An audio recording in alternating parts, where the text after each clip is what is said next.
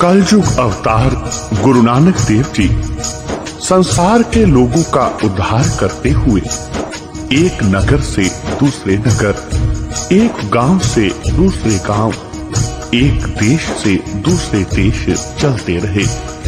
गुरु नानक देव जी ने अपने पावन पवित्र चरणों से धरती के 9 हिस्सों को पवित्र किया। इतनी लंबी यात्रा उन्होंने अपनी 4 उदासियों के रूप में पूरी की। अलग अलग दिशाओं में की गई यह 4 उदासियां संसार के लोगों के भले के लिए की गई थी। भक्तजनों, उदासियों का भाव है किसी के भले के लिए निस्वार्थ उस प्रभु परमात्मा के नाम का संदेश देने के लिए, लोगों को प्रभु परमात्मा के नाम के साथ जोड़ने के लिए की गई यात्रा। गुरु नानक देव जी इसी प्रकार चलते चलते एक गांव में जा पहुंचे। यह गांव बहुत ही हरा भरा था। लोग बहुत अच्छा जीवन व्यतीत कर रहे थे। पहनने के लिए, खाने के लिए, रहने के लिए बहुत ही उचित प्रबंध किए हुए थे। लोगों ने बहुत अच्छा जीवन जी रहे थे। वहां के लोग ने जिस समय गुरु नानक देव जी और उनके साथ 2 भक्तों को देखा तो गांव के लोगों ने कुछ ठीक व्यवहार नहीं किया। गुरु नानक देव जी ठीक उसी प्रकार अपने उस प्रभु परमात्मा के नाम में, उसकी मस्ती में कीर्तन करते रहे। गांव से बाहर बैठकर कुछ समय पश्चात भाई मर्दाना जी के आग्रह पर गुरु नानक देव जी उस गांव के अंदर दाखिल हुए, पर गांव के लोगों ने उन्हें किसी भी प्रकार का कोई आदर सत्कार नहीं दिया, बैठने के लिए कोई स्थान नहीं दिया, बल्कि अलग अलग लोग अलग अलग की बातें करते हुए गुरु साहिब जी का मजाक, उनके सेवकों का मजाक उड़ाने लगे। गुरु जी ने कहा, हे मर्दाना, कितना अच्छा गांव है। यह गांव इसी तरह बसा रहे, लोग इसमें बसे रहें। इतना कहकर गुरु जी भाई बालाजी और भाई मर्दाना जी के साथ किसी और दूसरे गांव में पहुंचे। उस गांव के रहने वाले लोग बड़े ही प्यार से गुरु जी के निकट आए और गुरु जी को बहुत अच्छा आसन बैठने के लिए दिया। बहुत प्रकार से सेवा की और गुरु जी के लिए श्रद्धा से भोजन दिलाए। उन्होंने बैठकर गुरु जी की संगत की, शब्द कीर्तन श्रवण किया।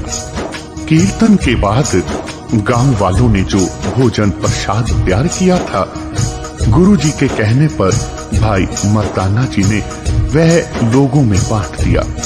दूसरे दिन गुरु जी वहां से आगे को चलने लगे तो गांव के लोग गुरु जी के चरणों पर गिर गए, रोने लगे, बेनती करने लगे कि आप कुछ समय और यहाँ रुकें, यहाँ हमें छोड़कर मत जाएं। आप बहुत अच्छा प्रवचन करते हैं, हमने आपकी संगत करनी है। पर गुरु जी ने कहा कि हमें और लोगों को भी भगवान के नाम का संदेश देना है।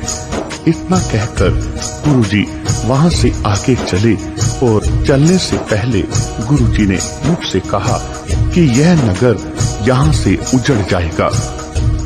तब गुरु जी की ऐसी बात सुनकर भाई मर्दाना जी कहने लगे, गुरुदेव, आपके दरबार में ऐसा अन्याय, यह मैं क्या देख रहा हूँ, क्या सुन रहा हूँ। एक वो गांव था जहाँ के लोगों ने आपको ना बैठने के लिए कहा, ना आपसे अच्छी तरह बात की, ना ही आपकी कोई सेवा की, ना ही संगत की। आपने उन्हें वरदान दे दिया कि आप बसे रहो, यह गांव बसा रहेगा। और एक यह गांव है जहाँ के लोगों ने आपकी इतनी सेवा की, आपको यहाँ से जाते हुए देखकर विलाप करने लगे, रोने लगे। इतना अच्छा भोजन प्रसाद तैयार किया, आपकी संगत की, शब्द कीर्तन श्रवण किया। आप इतने प्यारे लोगों को कह रहे हो कि उजड़ जाओ। यह बात मर्दाना कहने लगा, मेरी समझ में नहीं आई। ऐसा अन्याय आप कैसे कर सकते हो? यह कैसा वर आपने इन दोनों को दिया है? तब गुरुजी ने फरमाया, हे भाई मर्दाना, आप समझिए इस बात को कि वो जो लोग किसी का सत्कार नहीं करते, किसी से प्यार नहीं करते, अगर वो अपने गांव से और दूर जाकर लोगों के बीच में रहेंगे तो अपने गुण उन लोगों में फैलाएंगे। सभी लोग उस प्रकार के हो जाएंगे। इसलिए उनका एक ही गांव में बसे रहना उचित है। उनका वहां से अलग किसी दूसरी दिशा में, किसी नगर में, किसी गांव में जाकर रहना ठीक नहीं होगा। हाँ, इस गांव के लोग जो बहुत ही प्यारे हैं, बड़े अच्छे नैतिक गुण जिनके अंदर हैं, इन्हें अपने गांव से और दूसरे गांवों में, नगरों में जाना चाहिए और अपने उन अच्छे गुणों को और लोगों में बांटना चाहिए, ताकि सभी लोग इस प्रकार का अच्छा जीवन, अच्छा व्यवहार करें और इस संसार में अच्छी अच्छी बातें फैलाएं। इस नगर के लोग जिधर भी जाएंगे, अपने सदर्श देश से अनेकों को सीधे मार्ग पे डालेंगे तथा उस गांव का पुरुष जहां जाएगा वहां के रहने वालों को भी भ्रष्ट करेगा। तब भाई मर्दाना जी ने कहा, हे महाराज, आपकी बातें आप ही जान सकते हो, जिसे चाहो उसे पार लगा दो। तब गुरु जी ने शब्द उच्चारण किया, राग मल्हार महला तीजा, खाना पीना हंसना सौना विसर गया है मरना, खसम विसार खुआरी कीनी, तेग जीवन नहीं रहना, प्राणी एक को नाम त्याहो, अपने पद से टीका चाहो। यह शब्द सुनकर मर्दाने ने कहा, वाह वाह तेरी कुदरत। यह कहकर नमस्कार किया। फिर गुरु नानक देव जी उन सबको परम पवित्र उपदेश देकर वहां से आगे को रवाना हुए। बोलो जी पाई जी वाहे गुरु वाहे गुरु वाहे गुरु।